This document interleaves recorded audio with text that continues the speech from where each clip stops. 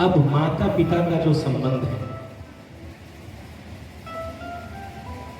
पुत्र से, ये श्री रामचरितमानस जी से कैसे क्या कसौटी रखते हैं गोस्वामी तुलसीदास जी। और जब हम राम जी के चरित्र की ओर बढ़ते हैं तो भगवान श्री राम वो कैसी एक कहते हैं ना कि एक मर्यादा पुरुषोत्तम बन के जी के गए। कौन सी रेखा खींच के गए हैं, जरा एक बार ध्यान दीजिए। जब भगवान श्री राम का वनवास हो रहा था, वो पूरा दृश्य को अपने आंख के सामने उतारिए। क्या परिस्थिति थी। एक संत ने कहा, बड़े विद्वान थे, कि जिस समय भगवान श्री राम को वनवास की बात हुई उस समय स्वयं भगवान श्री राम सेना का प्रभार देख रहे थे। लौकिक दृष्टि से देखिए और तर्क लगाइए। सोचिए अगर आप राम जी के स्थान पे होते, अपने मन में सोचिए, जिसका पिता चक्रवर्ती सम्राट है, आज खबर मिली, कल खबर मिली थी कि बेटा तुम्हें अगले दिन उत्तराधिकार सौंपा जाएगा और ये राज कल से तुम संभालोगे। अत्यंत प्रसन्नता। और अगले दिन रात भर में कुछ ऐसा कुचक्र हुआ और प्रातः ये पता चलता है क्या हुआ, तो पिताजी तो कुछ बोल नहीं रहे हैं, विमाता बोल रही है कि बेटा तुमको वन जाना है, तो तुम्हारे पिताजी ने वचन दे दिया है मुझे, अब तुम इसका पालन करो।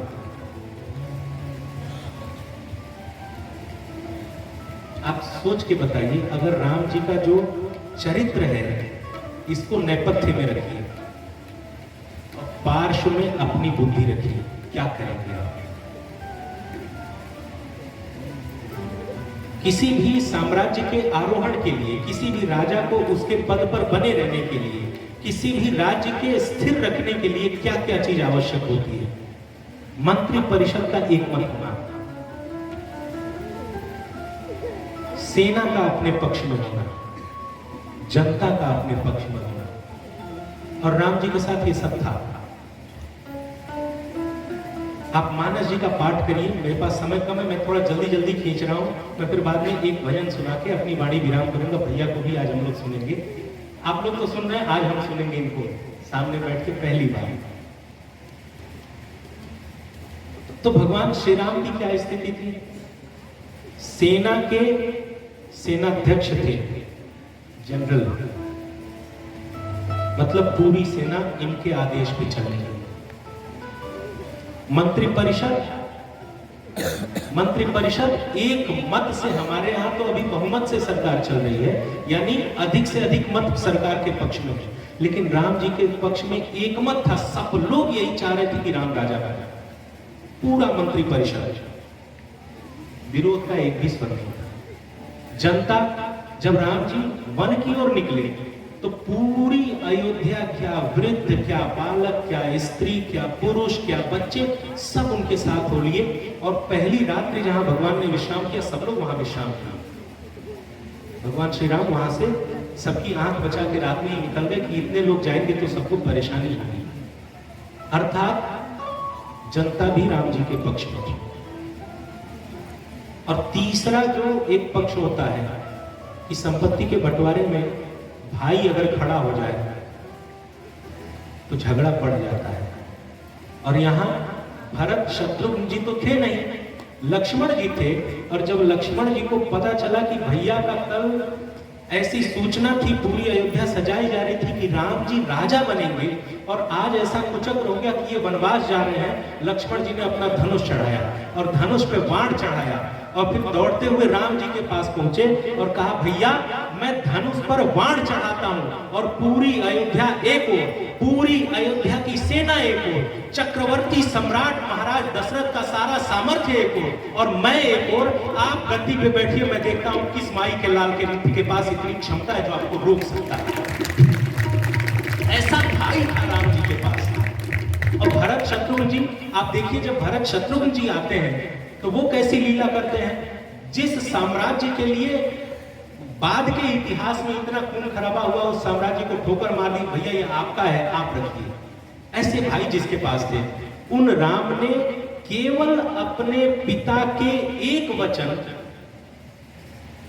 क्या, रघुकुल रीत सदा चली आई, प्राण जाई बर वचन न जाए, उस एक वचन की रक्षा के लिए कल साम्राज्य मिलना था, आज वन को निकल गया। जिनके शरीर पे मोतियों हीरों के हार जवाहरातों के ऐसा सुंदर सज्जन होना था प्रत्येक अंग प्रत्यंग का, उन अंगों पर वलकल वस्त्र धारण किया गया।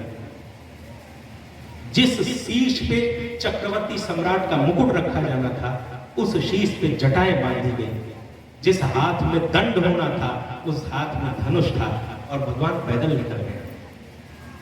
ये आदर्श है, ये संस्कार है जी। अब मैं अपनी बात को विराम दूं, निष्कर्षण आज के व्याख्यान का मैं आपके समक्ष प्रस्तुत करूं तो हमारे जीवन में कभी भी सफलता मिले और इस मिली सफलता का ठहराव इसके लिए आवश्यक है कि हमारे माता पिता का आशीर्वाद हमारे पर खूब बरसे। आप आईएएस की तैयारी कर रहे हैं और मां बाप से द्वेष कर रहे हैं, आपकी आईएएस निकल गई,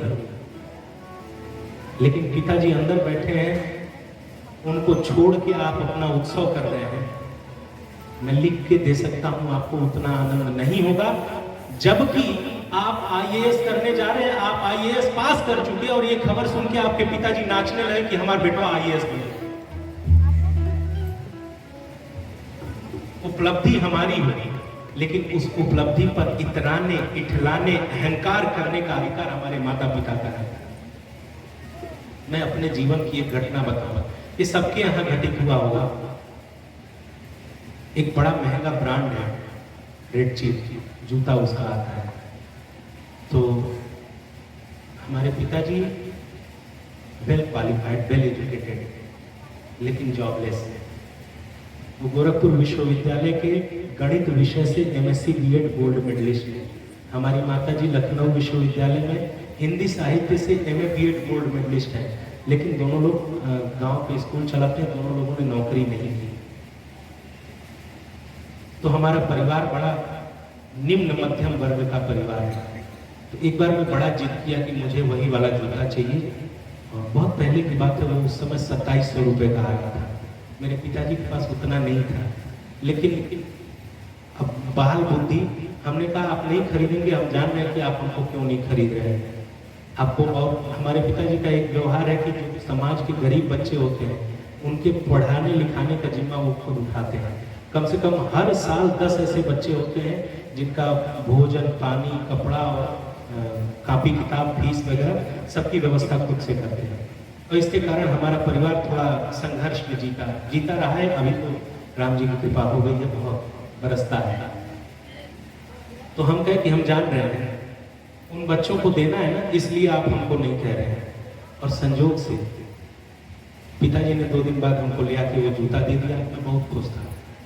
एक दिन मैं पहन के जब तैयार हुआ स्कूल जाने के लिए, तो पापा नहाने जा रहे थे। जहां स्नान कर रहे थे, वहां जो उनकी बनियान और अंडरवियर टंगी हुई थी, उसको हमने देखा तो बनियान बस उसकी किनारी थी और इतना छेद था उसमें कि उसमें उंगली नहीं रखा जा सकता था कि कहाँ ये बनियान है, छेद ही ज़्यादा था।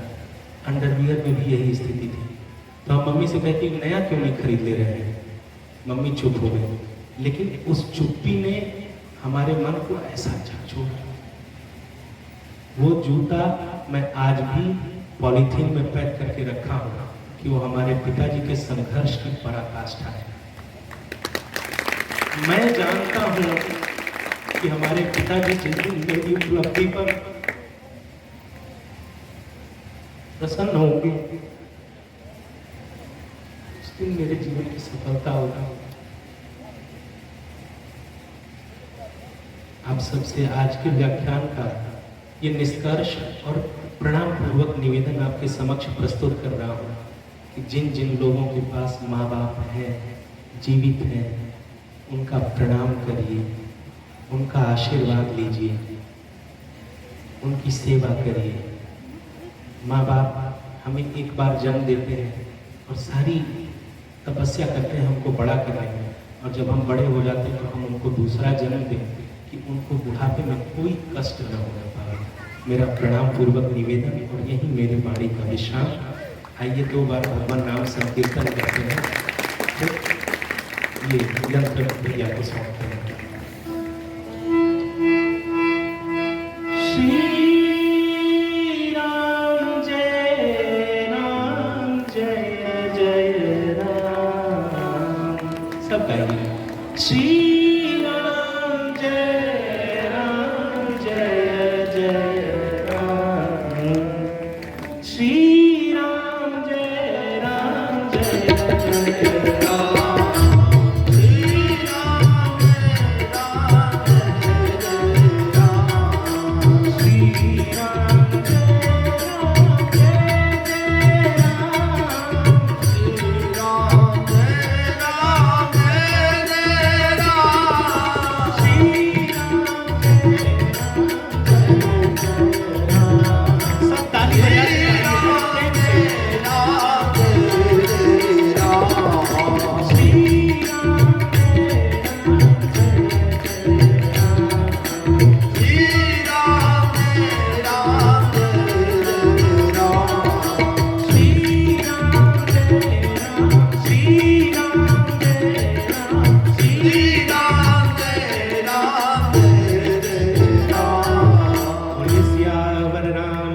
भगवान की पवन सुत हनुमान जी महाराज की, उमापति महादेव जी की जय। जय सीताराम। ओम नमः पार्वती पतये।